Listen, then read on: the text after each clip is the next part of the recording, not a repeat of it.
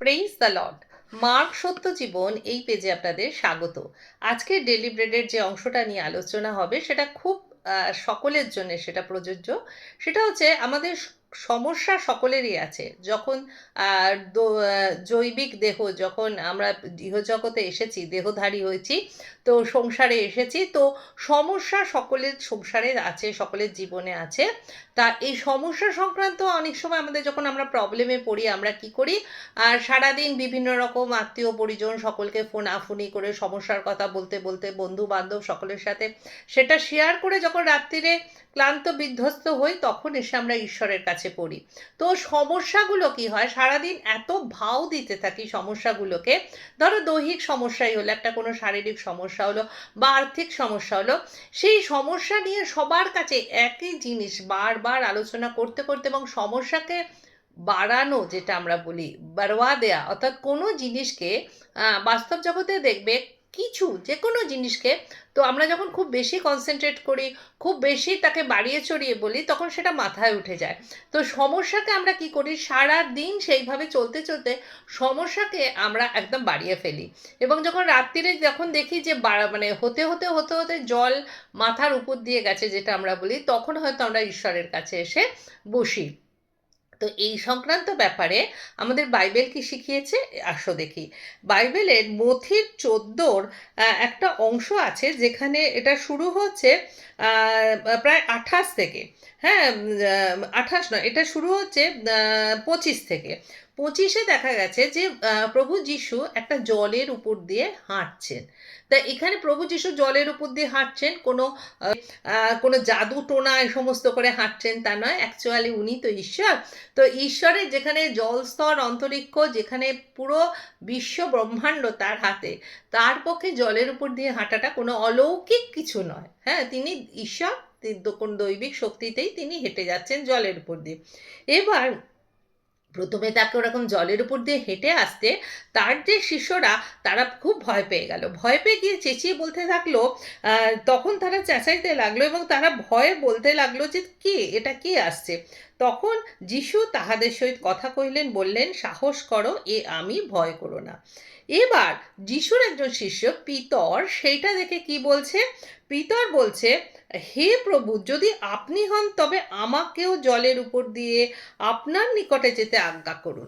ঈশ্বরের 12 জন শিষ্য, তার মধ্যে পিতর অন্যতম। পিতর তার কাছে বলতে গেলে আবদারি করে বসলো যে আমিও যেন জলের উপর দিয়ে হেঁটে, আপনি যেমন আসছেন আমি যেন হেঁটে যেতে পারি। তিনি বললেন, এসো। তিনি বললেন, এসো।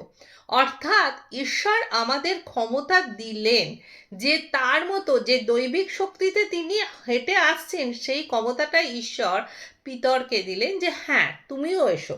এবার কি হচ্ছে, খুব ইম্পর্টেন্ট জায়গা, তাহাতে পিতর নৌকা হইতে নেমে জলের উপর দিয়ে হেঁটে যিশুর কাছে চললেন। খানিকটা যাচ্ছে, যিশুর দিকে তাকিয়ে আছে পিতর, নিয়ে যিশুর দিকে এগিয়ে যাচ্ছে।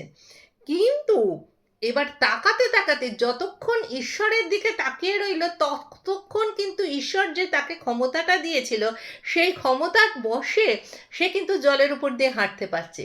এবার তার চোখ সরে গেল ঈশ্বর থেকে। কোথায় এলো দেখো, নৌকা থেকে তাহাতে ওটা হেঁটে যাচ্ছে, কিন্তু এবার আশেপাশের বিশাল বাতাস বইছে।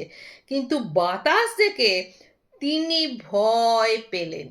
পিতর এবার আসে যে শোঁ শোঁ করে আশেপাশে বাতাস বইছে, সেটা দেখে ভয় পেয়ে গেল।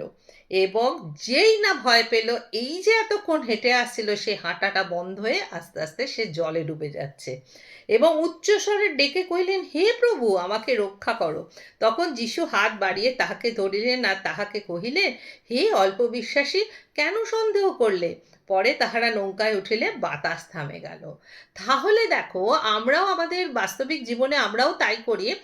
ঈশ্বরের কাছে এলাম, আমাদের সমস্যার কথা বললাম, কিন্তু আমরা ঈশ্বরের দিকে আর তাকিয়ে, একবার এলাম, বললাম, বেরিয়ে চলে গেলাম, রক্ষা করো রক্ষা করো রক্ষা করো করে আমরা বেরিয়ে চলে গেলাম।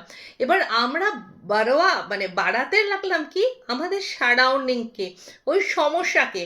পিতর যদি শুধুমাত্র প্রভু যিশুর দিকে তাকিয়ে তার কাছে অবধি পৌঁছাতে যেত, তাহলে নিঃসন্দেহে ঈশ্বর তাকে যে ক্ষমতা দিয়েছে, অর্থাৎ জলের উপর দিয়ে হেঁটে প্রভু যিশুর কাছে সে শুরুও করেছিল, খানিকটা গিয়েও ছিল, কিন্তু যেই যেই মুহূর্তে তার চোখ প্রভু যিশুর থেকে সরে গিয়ে সারাউন্ডিংয়ে পড়লো, অর্থাৎ সমস্যা যেখান থেকে থেকে আসতে পারে সেখানে পড়লো, সমস্যা কিন্তু তার মাথা চাড়া দিল, জল মাথার উপরে গেল এবং সে ডুবতে আরম্ভ করলো। তো আমাদেরও ঠিক সেরকম হয়, আমরা আসি ঈশ্বরের কাছে, বসি, রক্ষা করো বলে বেরিয়ে গিয়ে আমরা মনে মনে ভাবতে থাকি আজকে রিপোর্ট করতে দিয়েছি, রিপোর্টটা কি আসবে, ঠিক আসবে কি ভুল আসবে, যদি উল্টোপাল্টা কিছু হয়, আমাদের ফিনান্সিয়াল সমস্যা আছে যদি কিছু হয়, যদি কিছু, অ্যাকচুয়ালি এগুলো কোনোটাই ঈশ্বরের, আমরা অনেক সময় বলে থাকি না যে ঈশ্বর কেন আমার সমস্যা ফেলছে, ঈশ্বর কেন আমার জন্য এই রেখেছে, ঈশ্বর কোনো সন্তানের জন্য এই কাজ করে না, করে দিয়াবল। দিয়াবলের এগুলো হচ্ছে অস্ত্র, মনে প্রশ্ন জাগানো, মনে দ্বিধা, মনে ভয়, মেন জিনিসটা হচ্ছে ভয়। কারণ বাইবেলে 366 বার, 365 দিনে এক বছর হয়, 366 বার ভয় করো না কথাটা উল্লেখ করা আছে। তো সেখানে এই ভয়, তাহলে বারবার ঈশ্বর বলছে ভয় করো না, কিন্তু আমরা কি করি, দিয়াবল আমাদের মনকে কন্ট্রোল করে এবং সমস্ত পরিস্থিতিতে আমাদের মনে ভয়ের সঞ্চার হয় এবং তখন সেই পরিস্থিতিগুলো আমাদের মাথার উপরে আসে। কথায় আছে না, এমত কাহো খুদা সে মেরে মুশকিলে বড়ি হ্যায়, মুশকিলেও সে কহ দো মেরা খুদা বড়া হ্যায়। অর্থাৎ সমস্যাকে বলো তোমরা কতটা বড় হতে পারো, তার চেয়েও আমাদের ঈশ্বর, আমাদের সৃষ্টিকর্তা অনেক বড়। প্রভুকে অসংখ্য ধন্যবাদ জানাই, আজকে এই বচনে আমরা সমৃদ্ধ হলাম। এখানে যারা উপস্থিত আছে, যেই বচন যাদের কান দিয়ে গেল প্রভু, তারা কান খুলে শুনুক, আত্মাতে শুনুক এবং তোমার নামে, তোমার দিকে তাকিয়ে থাকুক, যতই সমস্যা আসুক তাতে ভয় না করে। আমাকেও রাখছি প্রভু, ভয় আমাদের জীবন থেকে যেন দূরে সরে যায়। প্রভু যিশুর নামেই প্রার্থনা, আমেন।